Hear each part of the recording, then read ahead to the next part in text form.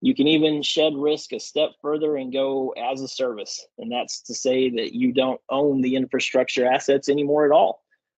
You shift the risk and responsibility to a trusted contractor, and then you pay for it by just using some of your old M&O dollars for repairs and things like that, and now paying those dollars in the form of a subscription or almost like another utility. A very, very viable way of doing it. You could also go P3, public-private partnership, and really just shed all of the risk. Here in Texas, we don't do a ton of that in the K through 12 market, but we do it in higher ed. And I know out there in Florida, that's a big deal now. So certainly viable. The point I want to make here, the overall point, is that, again, there are various options. We don't need to feel like we're painted into a corner. There are various funding options. There are various construction delivery methods.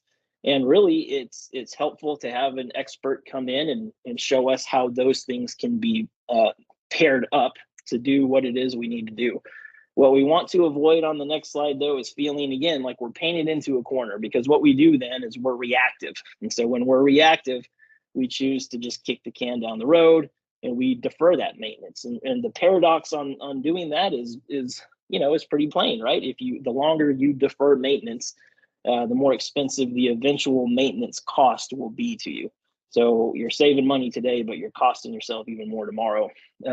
We may dilute the general fund or dip into our reserves. Usually we don't love to do that.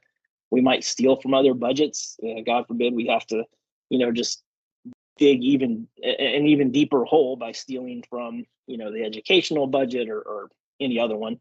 And then we may feel as a last resort, we have to take on additional debt. So we're trying to avoid these things by being proactive, not being reactionary, and having a plan going forward that is comprised of those things we looked at before.